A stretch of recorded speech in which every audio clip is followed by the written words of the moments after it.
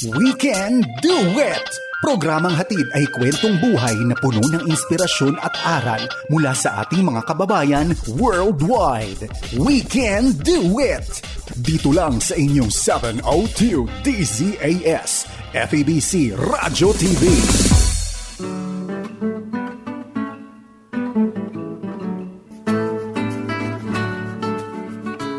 From Southern California, the Far East Broadcasting Company presents We Can Do It! We truly can do it. Play with words po yan. Ang aking kadueto si Ate Maru. Pero hindi lang kami kumakanta. Ibig sabihin, magagawa natin ang lahat ng bagay. Happy Valentine's Day sa iyo, Ate Maru. It's the same here from my heart to you and to your family and to everyone na nakikinig sa atin ngayon. Binati ka po ba ni Kuya Art ng Happy Valentine's Day kanina umaga? O nakalimutan? Wala pa. Ay, mananagot sa akin si Kuya Art. At si Grace naman okay na. Okay. Ay, nako. Binati ko siya ng... Sa tingin lang nagkakaintindihan na yun. Alam ko nga.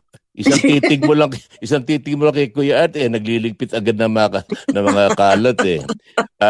Nasa panahon na tayo ng Pebrero at nagpapasalamat tayo sa Diyos na hindi lang ngayon araw ng mga puso, kundi meron tayong itatampok na mag-asawa na nasa Panginoon at marami tayong matututuhan sa kanilang mga karanasan sa Panginoon. Ate Maru, na-bless ako sa interview natin kay Ate Azel last Saturday. At ngayon, dalawa sila. Kaya kasama natin mula sa Winnipeg, Manitoba, sa bansang Canada, ang ating Kuya Lay and Ate Azel Navarro. Praise welcome, the Lord. welcome back. Thank you. Welcome. Program. Amen. Talagang ito ay napakasayang araw sa mag-asawa, sa mag-boyfriend, girlfriend. In fact, it's for everybody because love is for everyone, di ba? But then, ewan ko ba, paano nag-umpisa itong February 14 of all the dates of the whole year? Nag-umpisa. Meron ka bang alam dyan? Doon sa pagtingnan natin ng kasaysayan na dahil na kaya San Valentin kaya nauso yan. Pero pinakamaikling buwan sa taon itong Pebrero. Yeah. Pero napakaraming mga pagpapala. As far as Pebrero, gusto ko batiin yung aking nag-iisang anak, si Pastor Davey. Birthday niya nakaraang February 10. 43 Oh, really? years. Happy birthday, Davey, Pastor Davey. Okay, thank you. Buti na isingit ko. At salamat sa Diyos at nakasama natin muli ang ating Kuya Lay at Ate Azel Navarro. That's right. This couple that talagang even up to now ako ay amazed how they get together, how they are together, wherever they are, talaga namang magkasama palagi. But then, just for today, we would like to hear yung for an inspiration naman din sa ating mga tagapakinig at lessons to be learned from yung mga nagsisibol na mga teenagers ngayon. Ikwento nyo naman sa amin ang inyong love story. I know it's beautiful. Kasi, sino ba ang problematic? Yung sa kanan mo, sa kaliwa mo. Okay, go ahead. Siguro, ikikwento ko lang kung saan kami nakita. Tapos siya na bahala Ako na magsabi talaga. Depende sa version. Bago kanya ikwento, ilang taon na kayo mag-asawa, Kuya at Ate? Pwede ba akong magsabi yan? Okay, we celebrated ang aming 49th this January. Wow. Oh, wow. January 29 is our 49th year. Congratulations! That is so nice. Wow. Isang taon na lang golden na, pero batang-bata kayong I know. Oo.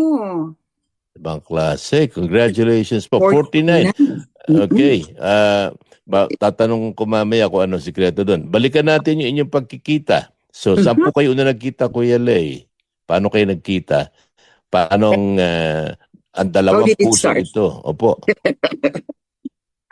1972. Oh. Yeah, panahon ito nung ito yung panahon na talagang laging may rally sa Plaza Miranda, sa Mendiola, yung gano'n, ano. So, nung panahon na yun kasi, active ako sa Campus Crusade for Christ. Okay. Okay. So, kasama kami nila, sila Philip Taroja, yung mga ano. Anyway, dahil nga maraming mga rally na ginagawa sa Plaza Miranda, nag-decide kami, bakit hindi tayo magkaroon ng Jesus Rally? So, organized kami the very first Jesus March na nagsimula kami maglakad mula sa Welcome Rotonda hanggang sa Plaza Miranda. Oh, Doon nagsimula. Kaya siya na magtikwento yung ano nangyari. Okay. Kasi ibig niya sabihin sa buong mundo na ako unang nakakita sa kanya. Opo, ganun.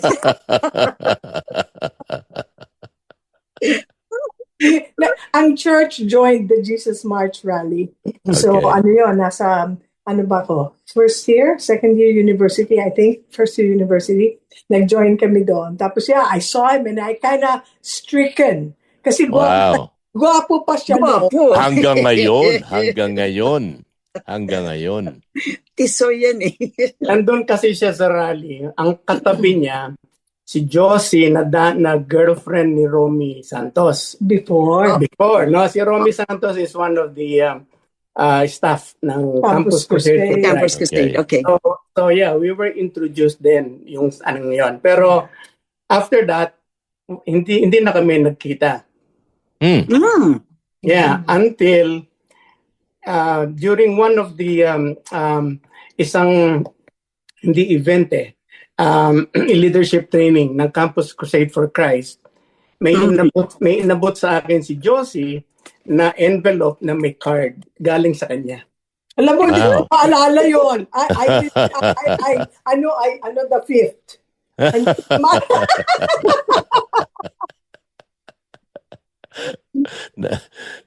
May card talaga. Ano naman po nakalagay doon sa card, kuya? There's a card. Alam mo, nakalimutan ko na rin, pero tinabi ko yun eh. Tinabi ko yun. Talaga. Yung transfer namin from Manila to Canada, nawala kasi. So anyway, after that, dahil sa Campus Crusade for Christ nga, magkakasama kami lagi nila Philip, nila Hexel, nila Hildyok, no? Yeah. And then so I started attending Capital City Alliance Church. Okay. Even the Big Brat Band, if you remember that. Yeah, I remember that. Yeah, the Big Brat Band. So nagsimula na ako mag-attend sa CCAC. Sumasama sa akin sila Hexel paminsan-minsan, and then doon na nagsimula yung aming story. The connection.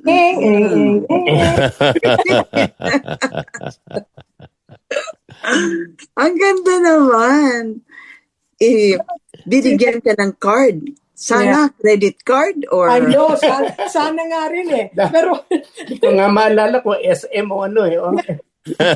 pero as in any relationship, it wasn't smooth. Kasi nga may itsura tong napangasawa ko eh. Oo. Chika, mahilig ang mga chicks sa kanya. So, maraming mga istorya, before we finally got married. May one time pa nakamuntik na maghiwala, yung mga ganun type ba? Oo. That is when I prayed. Sabi ko, Lord, if Lay is my partner, Noon if kasi, he is the one, iniisip ko kasi noon okay lang 2 o 3 basta iba-ibang reliyon. Para hindi sila magkita-kita. Hindi magkita. Hindi sila magkita-kita. Hindi talaga. I really prayed one time kasi nga talaga sabi ko, Lord, if Lay is to be my husband, then let him stay. Yeah. But if not, Lord, please remove him. Sinabi ko, I really prayed for God to take him away. Kasi ayaw kong hindi. Yung ganun ba? Kasi I've never had a boyfriend in my life. This was the first time. My one and only boyfriend, napakasalan ko pa. Wow. Anyway, so, that was my prayer. Kasi nga, I'm very serious about yung having a relationship, and alam ko na God has a plan. Kaya sabi ko, Lord, if he's the one, then let him stay. If not, please remove him. Take him away. Sinabi ko talaga. But obviously, you know the end of the story. Amen. Oh. Nung bang At- kayo nagkita, Kuya Lay at Tiasel, siyempre na-introduce kayo doon sa Jesus Walk. Ano po? And then, ang nangyari niyan ay umattend ka na sa CCAC, nagkita ulit kayo. Gaano po katagal simula nung nagkita ulit kayo bago kayo naging, sabi nga sa Bisaya, mag-shoota? Mag-shoot. Friends, siguro mga nabot din 1 year. Ayun. Tapos At- December nung 73. December 31st, New Year's. Wow. Ano lang kami talagang, it was very like, it was a conversation. We're gonna be, from Yeah. now to be like, Paano ka naman nag-propose naman, Kuya Lay? Sa kagwapuhon mo noon, alam ko. Left and right ang mga chicks. sa totoo lang. Hindi ko na talaga maalala. Sa lahat, hindi mo maalala. Now you're pleading the fifth. Ang nakita ko talaga doon, kung paano, tinan niyo yun, mga nanonood, mga tagapakinig, mga kabataan, marami sa inyo, kung meron na kayong boyfriend, may kayong girlfriend, syempre binabalak yun isang araw magkaroon ng asawa. Meron akong isang nakita kaagad sa buhay ng inyong Tito Lay at Tita Azel, Una, yung talagang presensya ng Panginoon at pamamagitan ng Panginoon. Hindi madali yun. Pero may papag-pray mo sa Panginoon na, Panginoon, kung hindi po ito ang para sa akin, alisin mo na po. Yung talagang handa kang hanapin ang pinakamabuti para sa iyo at handa ka na ipagkaloob yung preference mo.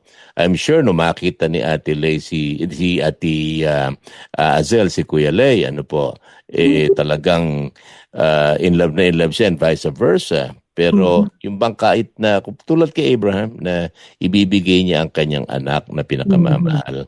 First and foremost, mga kapatid, unahin ninyo ang Panginoon. Mahalin niyo. Alam mo, Kuya Lay, bagaman di mo sinabi, tinatanong ni Ate Maru, di mo sinagot Paano ka nag-propose? Kay Grace, alam mo ginawa ko, in Jesus name ko na lang si Grace. Sabi ko, in Jesus name. Ganyan. Anyway, kasi Pentecostal sila, Anyway,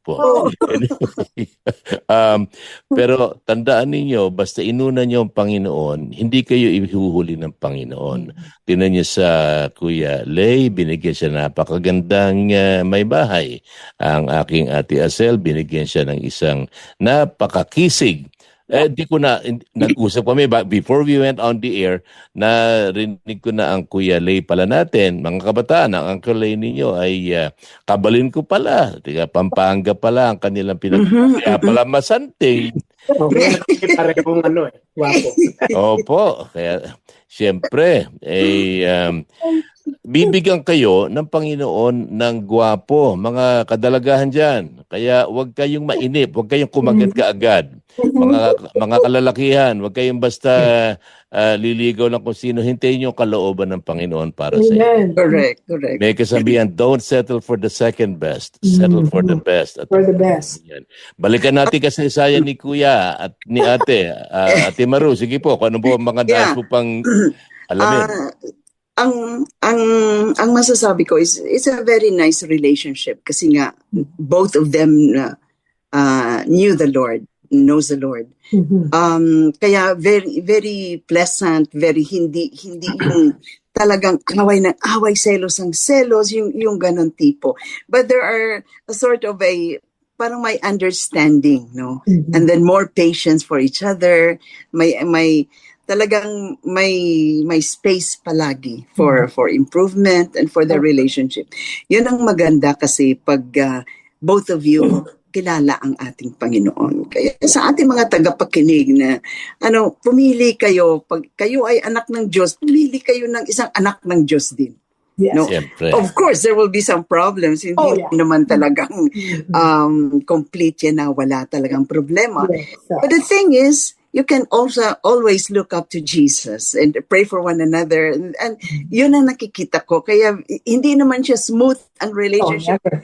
But there are more, may kumbaga sa yung isang isang daan towards Jesus, towards God, na ganun. Kaya palapit kayo ng palapit sa atin. Very nice, very nice. Amen. Kuya Lay, Ate Azel, take us down memory lane.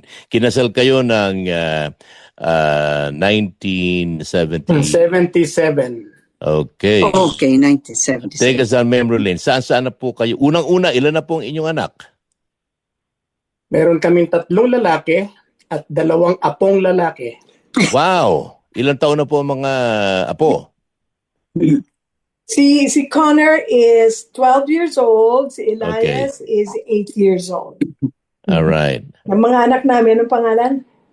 Puro mafia yung pangalan ng mga anak namin eh. Pakinggan natin, Si sino po yan? Giovanni, si Giancarlo, at si Gino Paulo. Talaga Puro naman. G lahat, ha?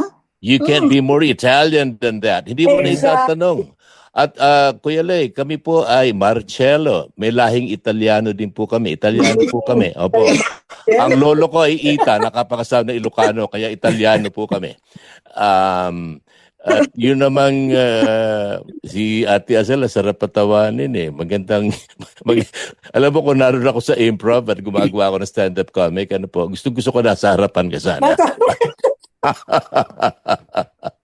Saan po kinila ng Panginoon? Pilipinas po ba kayo kinasal? At paano kayo nakarating Manitoba?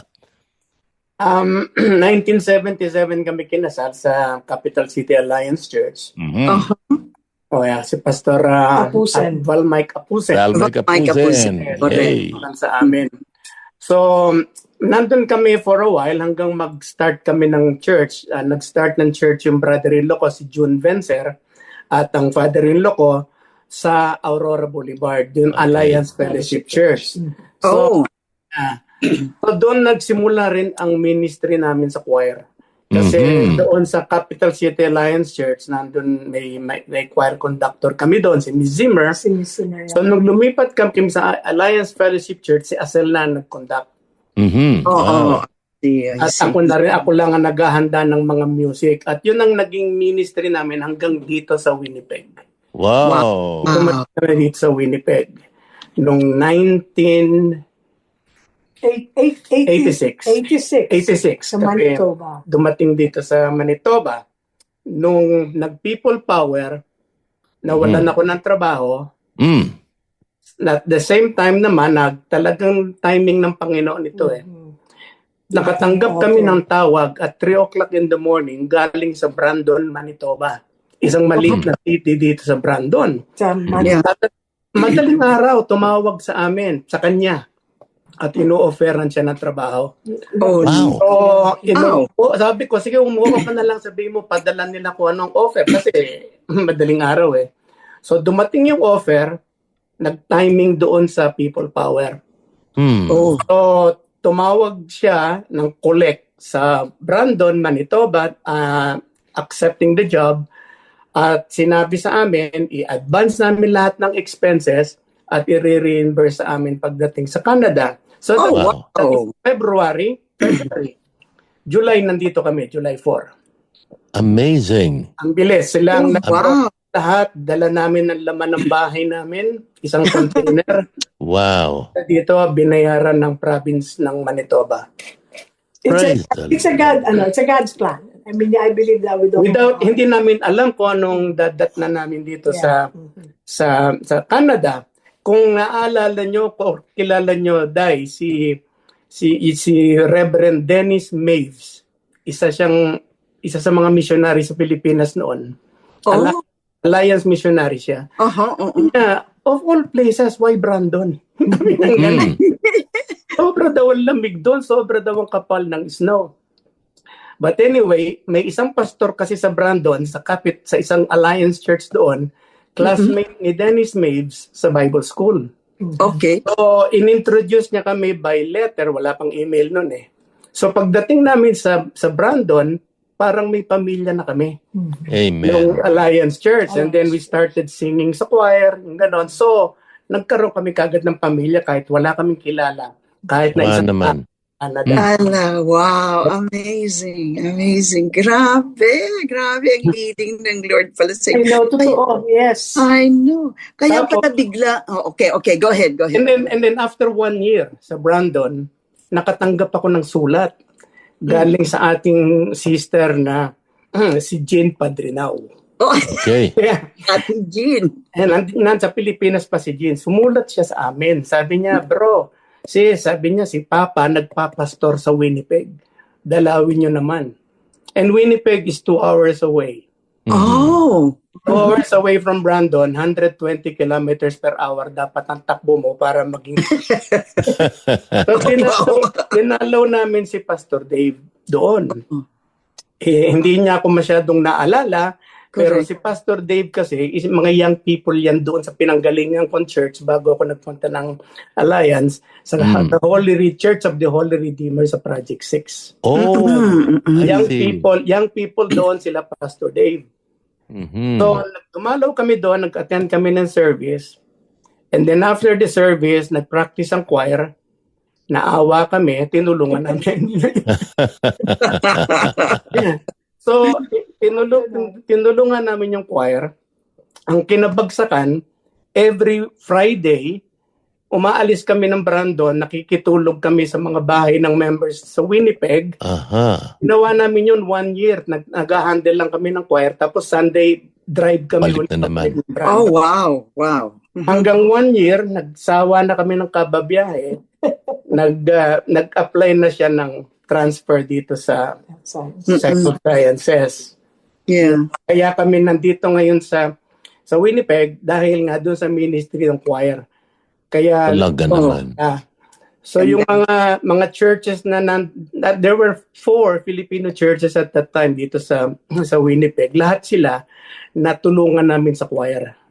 Amazing. Amen. Yeah. Amazing. Grabe, ang ganda ng wow, ang ganda, the partnership and how the Lord really guided you, no? From kaya pala Kuya Lay, bigla ka nawala kasi ito si Kuya Lay mahilig kumain sa gabi. When he was working with Zayday, tawagan mo nga sila gano'n. Sabi ko, bakit? Kakain tayo, gano'n. Almost every other night, kumakain kami kung saan-saan siya ang gumagastos, pinapakain kami. It was really fun. So I miss that time. And thank you so much na for all the food na kinain namin. Pero enjoy talaga kami. We just talk about the ministry.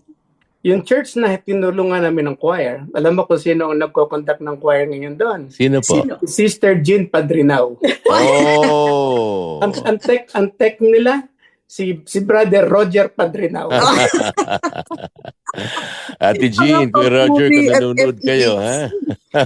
Nag-transfer pa lang papuri doon. Totoo, yes. Ang ganda, wow. Day ang ating ang talaga is all things work together for good to them that love and fear God. Amen. Amen. And wherever you are, you can do things through Christ who gives you strength. Talaga naman. Yeah. Traveling that far every Friday, helping a choir. Nakita ni Lord John, naku po. Wow, what a blessing hearing the story, the love story, and the love in the ministry itself. Amen. Yes, God is good. At yung love for other people, for other Christians, ang kailangan talaga ng tulungan din ay napakinggan natin sa gabing ito. Maraming salamat for sharing that. And of course, there are more from you, the couple that we love. Alam mo, 1 buwan, kaya sabi ko, 1 buwan tayo, guest kayo para ang dami niyong isi-share sa amin.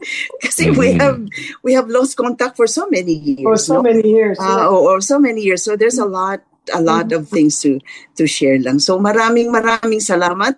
And next week, babalik kayo ulit sa ating programa. But for the meantime, just a reminder ng ating programang We Can Do It ay napapakinggan sa FEBC Radio TV at napapanood sa Facebook Live at sa YouTube channel ng 702 DZAS FEBC Radio TV.